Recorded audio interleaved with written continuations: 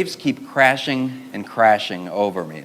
And so I was kind of preparing myself for death. I thought, all right, this is how it's going to end, I guess. And I just kind of let go, and then I heard a voice say, try one more time.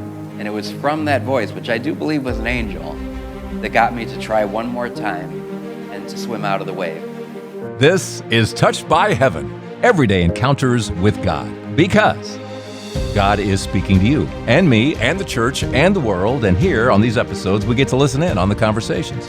These encounters with angels, divine intervention, prophetic dreams, visions, near-death experiences. Welcome, I'm your host, Trapper Jack. So glad you're here for this one. God wants to make a liar out of me. He does, he wants to make a liar, and he is.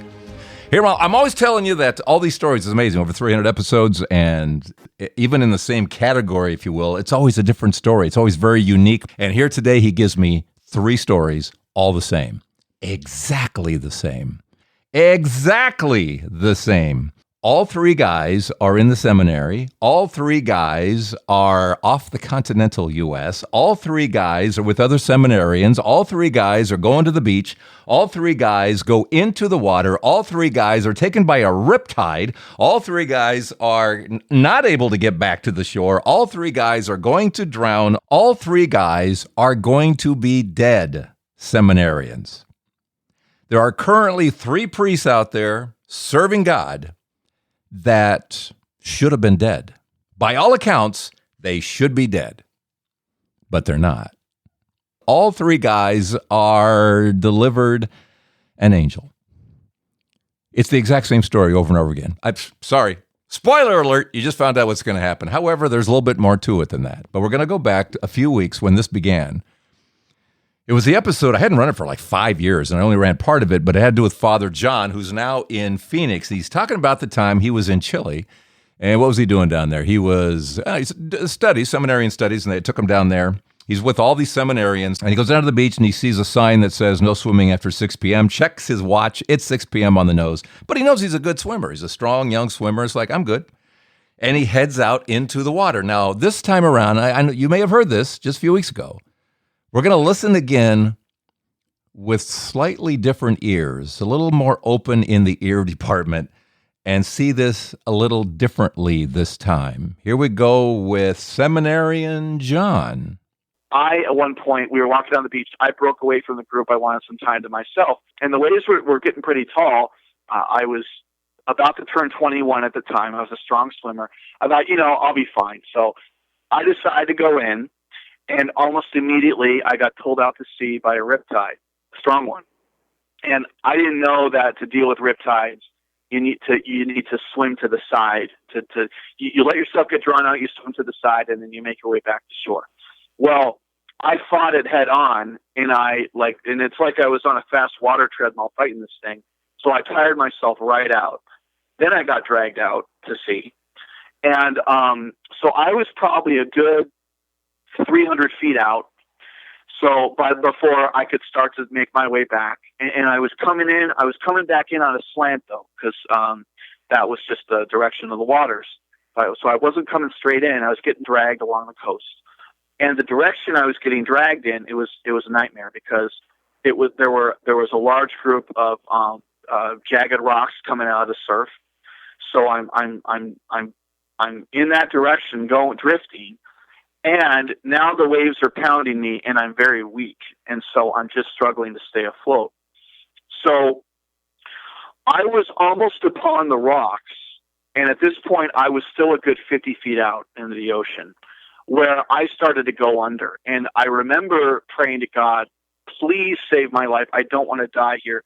I'll do anything. Please save me. It was something to that effect, desperate. And I don't remember whether I cried out saying it or whether I prayed in my head. But I remember saying that prayer, and then I went under, and everything went black. Next thing I know, I woke up on the beach, except I was back in the other direction towards where the sign had been, because I had drifted down at least 100 feet. So I was back in the other direction, woke up on the beach, and I come to, and I have no marks on me from injuries from rocks. There are no footprints around me. There's nobody. I just wake up there. physics-wise impossible that I would end up back in that spot on my own, because I was back up the other direction of the coast where I woke up. And I could clearly see that when I got up. And I was scared and breathing hard and panicky, and I ran the heck out of there. But I because I had said that prayer, the only conclusion I draw from that was that one or more angels had, literally saved my life. Because I don't know what else it could have been. I mean, that's the best I can explain it. So I think my life was spared there. I really should have died in the ocean there. There you go. And a seminarian who should now be dead is now a priest and serving Christ. Okay, here comes another story. There may be a similarity. Again, this time, recently I had Father Michael Dank on the program. He's a local priest here. I've been on his podcast. He's been on mine. We share our Touched by Heaven stories. He says he's given me all of his stories. Well, anyway, a couple days ago, I'm kind of going through my podcast app, and I see, I haven't listened to his homilies lately. Let's see what he's been doing lately. I find this. What it was like to almost drown. August 13th. What it was like to almost drown.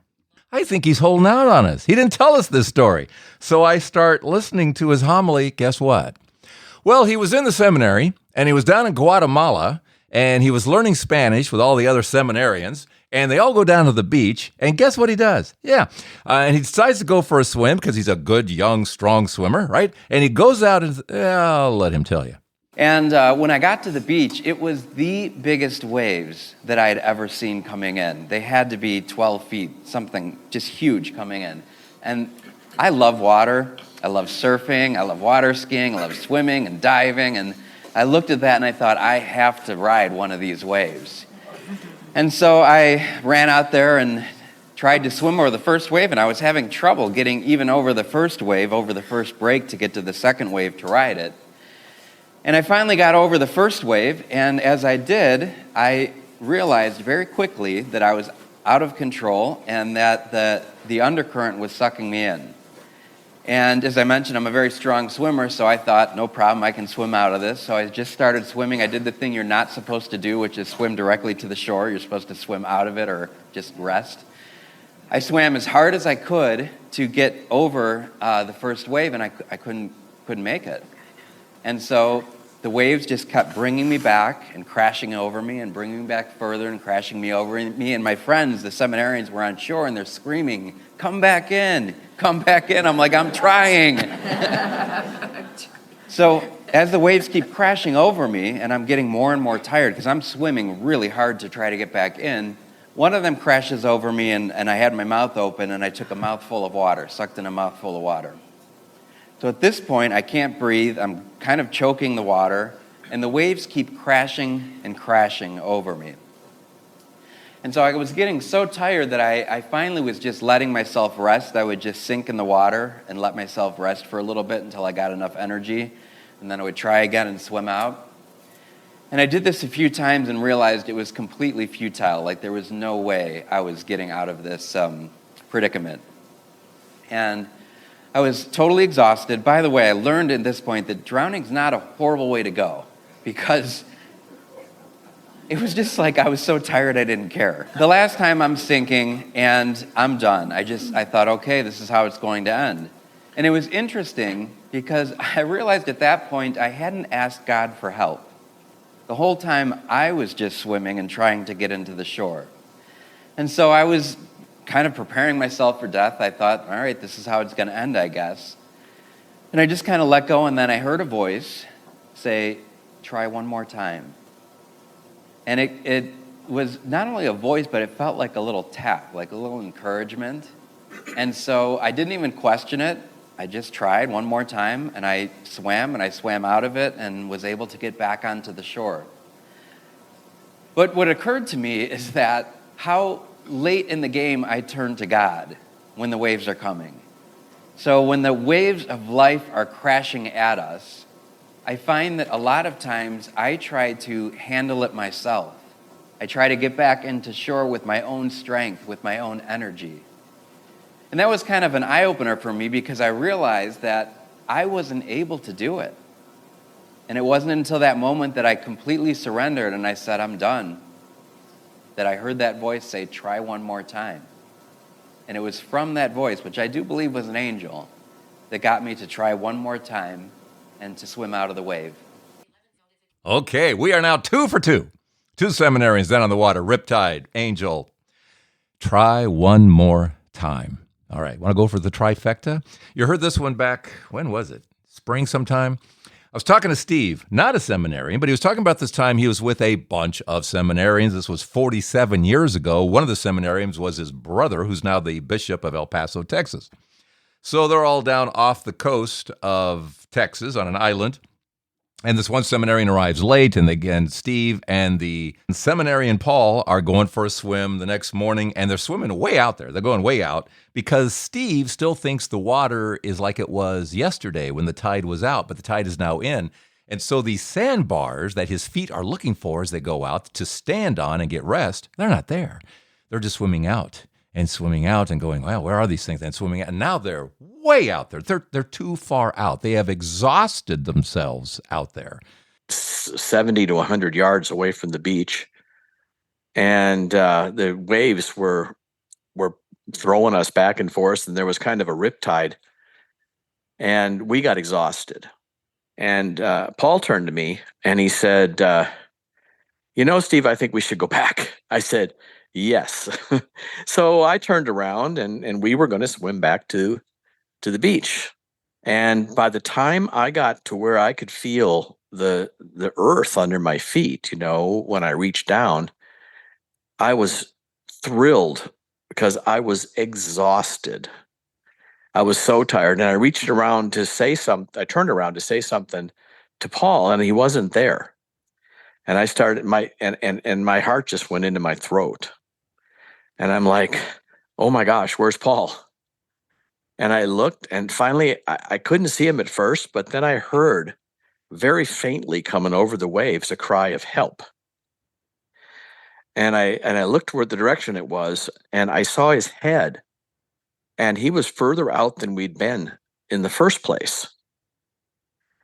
And I didn't know what had happened, but I just started swimming toward him. I thought to myself, this is it, you're going to die. Because I couldn't believe I could get to him and get back again. I was just too exhausted. I didn't have a choice. There was no choice to just leave him. I started swimming out. I couldn't come up with any fancy prayers or petitions or anything like that. I was just saying Hail Mary, Hail, and the whole prayer over and over again. I was surprised in a way that he was still managing to keep his head above water all this time. But that's all he was managing. He wasn't even trying to swim. And I got, I think, about 15 feet from him and started thinking, I think I'm going to make it to him, but we're both going to drown after that. Then I looked off to my left and I noticed another swimmer in the water. I just, all of a sudden, I was thrilled. There's somebody to help us. And we each got to him at the exact same time. I mean, by the time I got to Paul, the other guy got there at the same time. We each grabbed an arm. And the other guy took his right arm. I took his left arm. And we started swimming back. Nobody said a word. And the two of us pulled him back, never saying a word to each other. We got back to where I could feel the sand. I kept checking to see if the sand was under my feet again, if the water was shallow enough. And I finally got to where my head was above water when I was standing.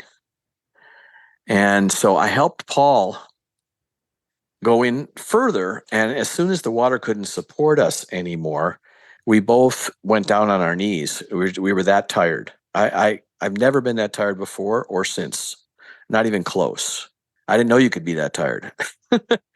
This was in 1977, 47 years ago. And as time went on, I thought about it a little bit more. And I realized that the guy that had swum up and rescued us had never said a word to me. And that I never saw him again after we got to where we could touch the ground with our feet. I became convinced that this probably was an angel. 47 years pass. 47. This has always been in Steve's mind of, was there an angel that day? Who, what? He reaches out to now priest, Father Paul, just to see what his memory was. What was his memory about this whole thing? He remembers trying to, get his head above water for a long time and having me come back and save him. And I said, that's all you remember? And he said, yeah, pretty much. Do you not remember anybody else helping us? He said, no. I said, you don't remember another person helping me tow you back in? No. I told him the whole thing. He was like, I'm thinking that was one of our guardian angels. And I said, yeah, that's kind of where I was going with this. Incredible. 3 stories. It's all the same. Three seminarians. Would you not agree? They should all be dead, other than by divine intervention, angels, seemingly angels in all accounts. How is this? What is the lesson for today? What are you and I to learn from this, other than Jesus has protected 3 future priests so that they can be really good priests today, and they are, by all accounts. And I was recently telling a couple of friends about these 3 stories that all line up perfectly, and they both said the same thing, which was, that's not coincidence that God's up to something. I said, yeah, obviously he's up to something to give me 3 stories exactly like that. And I said, well, I'll be honest with you. I think at least partially it's because, I've been taking on water here a little bit, and I think he's just pointing out this is something to kind of share my experience, because chances are, I'm not alone here, that a lot of people are going through being underwater, drowning, just feeling, glub, glub. It's just a really difficult time right now. And so if I'm kind of honest with my story and everybody's kind of honest with their own story with themselves, perhaps there's a benefit to be made here through these seminarians all going through the exact same thing, but that God was right there. Jesus was right there with them, as he is with me, as he is with you. So my question for you that I'm supposed to ask you right now is, are you drowning right now in something, whatever it may be? Maybe it's business, maybe it's career, maybe it's personal life, maybe it's family, maybe it's in that special relationship that isn't so special anymore. Maybe it's, I don't know what it is, whatever it is, whatever that thing is for you, just life. I don't know. Maybe you feel like you're drowning, lost, trying to tread water. Okay, here's the way it's been for me. I have been introduced to books, readings, stuff lately that has been amazing, just amazing. But I feel like we've just been treading water, and I suddenly have just received this mountain of material that is kind of like game changer stuff, where it's like, ooh, if we did this, and ooh, if we did that, and I really felt like it's just God just piling books and inspiration and Holy Spirit, and it's like, man, there's about to be a major jump here if we do X, Y, and Z and all this kind of stuff. So I began implementing X, Y, and Z. And what happens? It was the equivalent of going down to the water, jumping in the water, because let's go, a riptide taking me out 100 yards and me drowning. And I'm going, I'd like my towel on the beach now. Can I just get on the beach? And I'm just going, I got salt water in my lungs, man. I've just been drowning because everything I touched, turned to crap. Everything just went haywire. Everything wrong. And I'm sitting here with Elizabeth just going, I don't know what's going on here. I swear he's saying, try one more time. And I'm going, and I'm drowning out here. And I just want to be on the shore. I just want to get to safety. My tendency is fear. This is uncomfortable. I don't want to be uncomfortable. I want shore. I want my towel up there on the beach. And is Jesus with me here? Of course he is. He's with us in everything, right? For those seminarians who were drowning, did Jesus show up? Of course he did. Sent his angels. We're spiritualizing all this now. And you're drowning right now. We're spiritualizing. Is Jesus with you? Yes, he not only is trying to get you through to the other side in something, he brought you to something, to learn something, as he is me right here, right now. Because what he gave me, this downloaded material, is real. And I know it's real.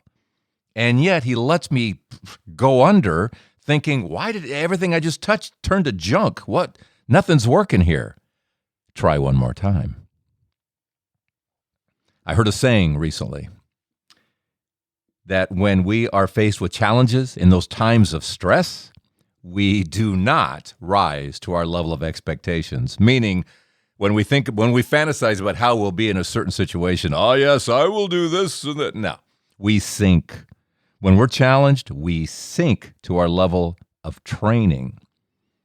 What's my level of training? Well, my tendency is, again, I want to find the shore. I want to find comfort. I want to get out of this uncomfortable feeling. I want my mommy. I want to suck my thumb and where's my bottle? I run to fear. I run to the shore.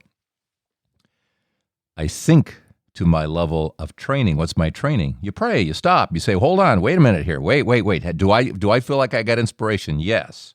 Well then, is Jesus with me? Yes. Okay, my tendency, maybe your tendency, is to stay close to shore, to safety, right? The apostles remember they're fishing all night close to shore and they're catching nothing. Jesus shows up, get out there, go deep. It's scary out there. I don't know what's like. Get out there. If you want to be fishers of men, get out there. Get out there in the deep and throw your nets out.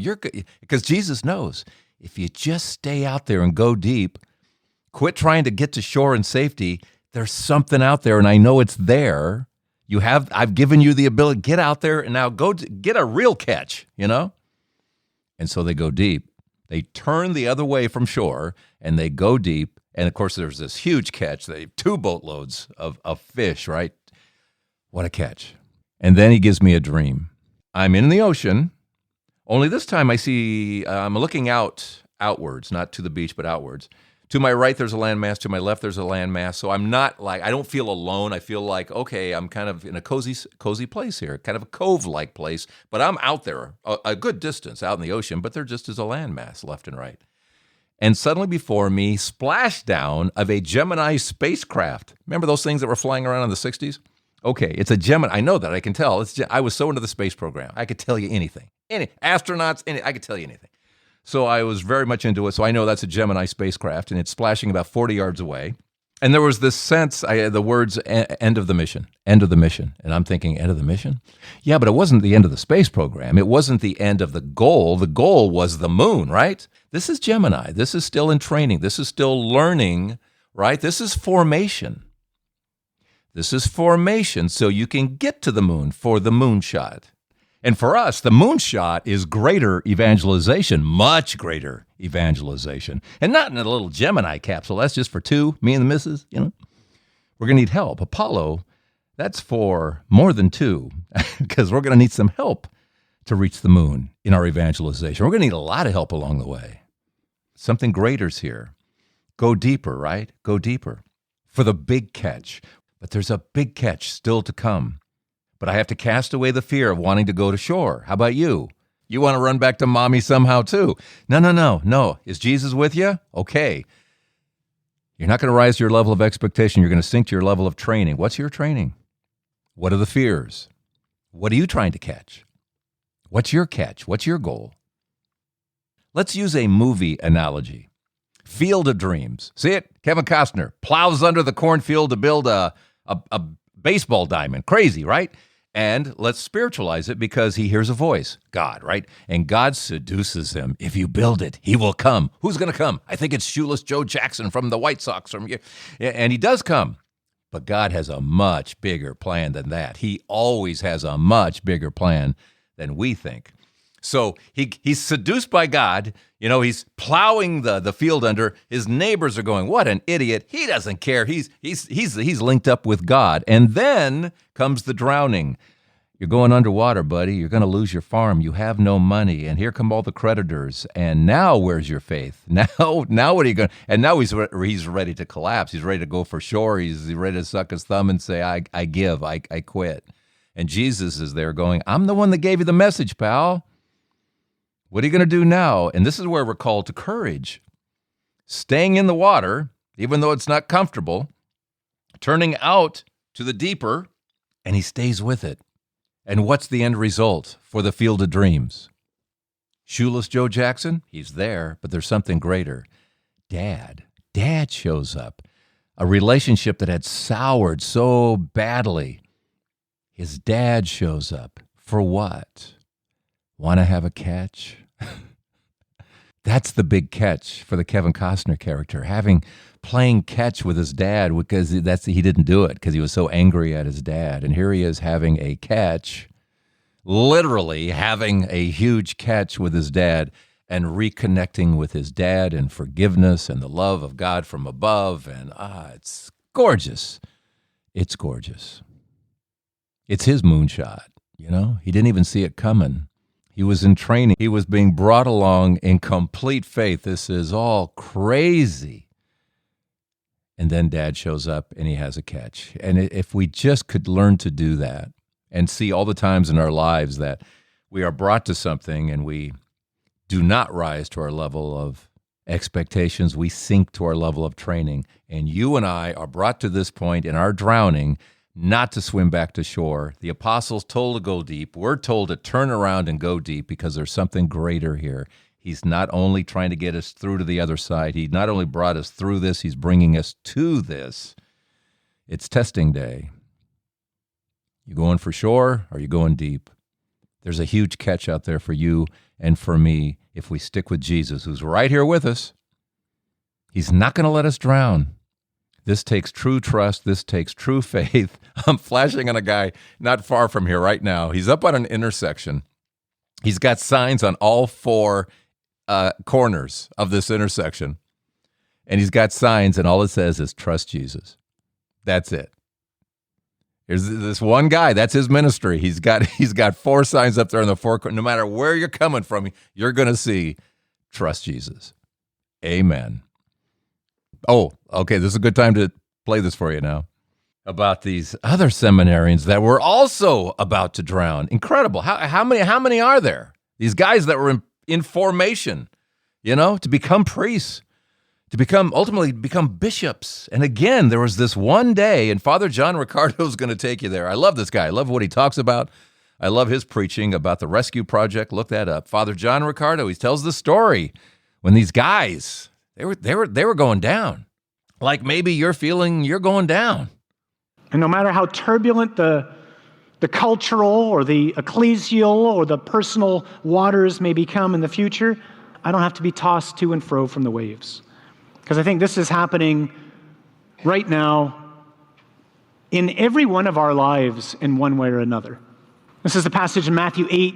And behold, a great storm on the sea arose. If you've ever been to Jerusalem, the Sea of Galilee is about 13 miles by 7 miles. It's a big lake. And it's notorious for violent storms that come out of nowhere. And the word that Paul uses, or that Matthew uses here rather, for storm, in Greek, it's the word seismos. Seismograph, it measures an earthquake. This isn't like it's the wind picked up. This is a violent earthquake that's happening as the disciples are in the boat with Jesus. And the boat was being swamped by the waves. The imagery that Matthew's creating here is it's as if the boat's getting baptized. They're covered by the waves. And he's asleep. This is a reality for many of us in here right now. It's very stormy. And Jesus, we wouldn't be here if we didn't believe he wasn't in the boat. But man, he seems to be sleeping. And so they go to wake him up. And this is how this is how we usually read it at Mass. And they went and woke him, saying, "Save us, Lord. We're ruined."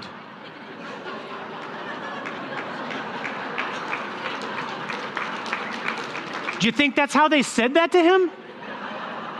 Pardon me, Lord, but we're about to die here. And if you could do something, it would be very valuable. In Greek, it's 3 words: Lord, save, lost. That's where some of us are right now. Lord, save.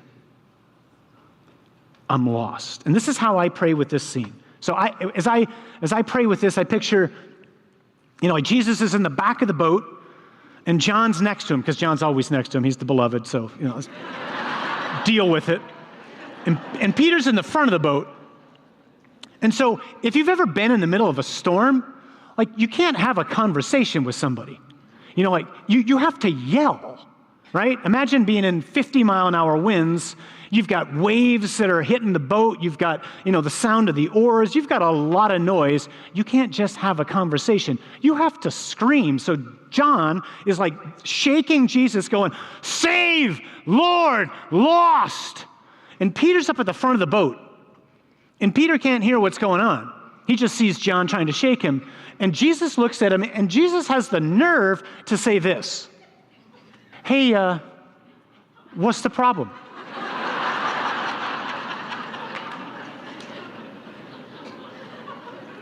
And so I picture, Peter's over here, and he's like, "What did he say?" And John's back here, and John's like, "He wants to know why we're afraid." And Peter says, "You got to be kidding me." And we laugh. But right now, in the middle of whatever storm you're going through,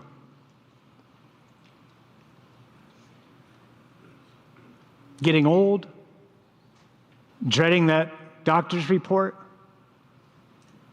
fearful of your children who've wandered away from the church, concerned about the state of the church, worried about the election, whatever it is that's going on in your life, in the middle of this boat, which is rocking up and down, in the midst of unbelievably turbulent waters, and so much noise going on inside your head you can hardly think, Jesus asks you and me the same question. What's the problem? Why are you afraid? Don't you know who I am? Don't you know what I've done? Don't you know what I can do? Don't you know that the church is right here in my hands? Don't you know that your marriage is right here in my hands? Don't you know that your life is not in the hands of doctors? It's not in the hands of treatment. It's not in the hands of diagnosis. It's in my hands. And no one can take you out of my hands, because I'm Lord, and there is no other. And I'm not just Lord. I love you. I don't love y'all. I just love you. And I see you right now with all your anxiety and all your fear and all your worry. I see you, and it's okay. Not because I'm just going to magically make all the problems go away. Life here is like being in a boat in a very violent storm, always. But I'm in the boat with you. And I promised you that I would give you peace, not as the world gives, I told you. The world only knows peace when there's absence of conflict. Good luck with that. My peace comes in the middle of conflict. My peace comes in the middle of the storm. My peace comes when you're sitting there in the waiting room. My peace comes when you're at the bedside of someone that you love who's leaving this world. My peace comes in the middle of results, whether they're on a national or a local scale that we don't like. My peace can penetrate Auschwitz. That's what I'm offering you right now, he says. And that, my friends, is really, truly beautiful.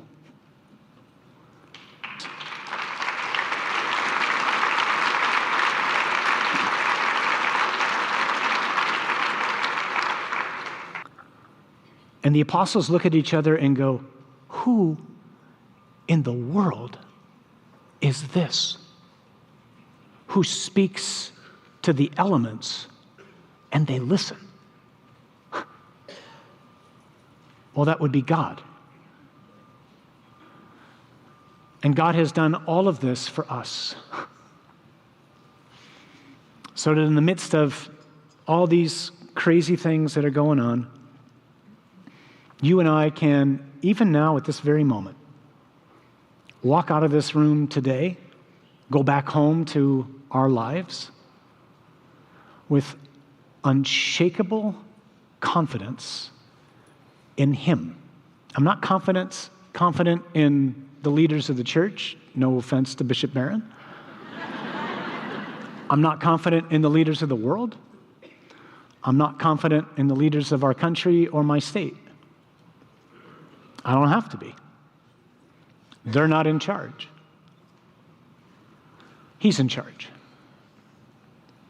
And so we don't have to be afraid. Amen. Just an amazing talk by Father John Ricardo. Amidst all this, I get a song. Songs bubble up in my head seemingly out of nowhere, but we know where that nowhere is. And it has to do with when we are drowning or when we are happy, whatever. In both cases, we should be able to find peace. We should be able to find peace. The song that bubbled up was by Christopher Cross called Sailing. Christopher, what does that mean? Christ bearer. Cross, what does that mean? And the song Sailing, and if you spiritualize the lyrics, see, it says things like, well, if you picture the sail itself, the canvas, as Jesus, for the canvas can do miracles, just you wait and see. For when the wind is right, we'll sail away to tranquility. Song starts off with, it's not that far to paradise, just you wait and see. It's not that far back to sanity, just you wait and see. There's so many great lyrics in here that just have to do with what Father John Ricardo just said, that despite the storms and the waves and the crashing, we should know, in our formation, we should know that Jesus is right here. He's going, yeah. You're okay. I'm right here with you, regardless. I'm right here with you. And we forget that. We just forget. He was there with those seminarians, whether they lived or died. He was there with them. He decided to save them because he needs them right now. He needs all of us, but he needs them right now. There aren't enough priests. He saved 3 seminarians for the priesthood. And he wants you to see that of what he did. And here we are. It's not that far to paradise, even when we're in a storm. At least it's not for me.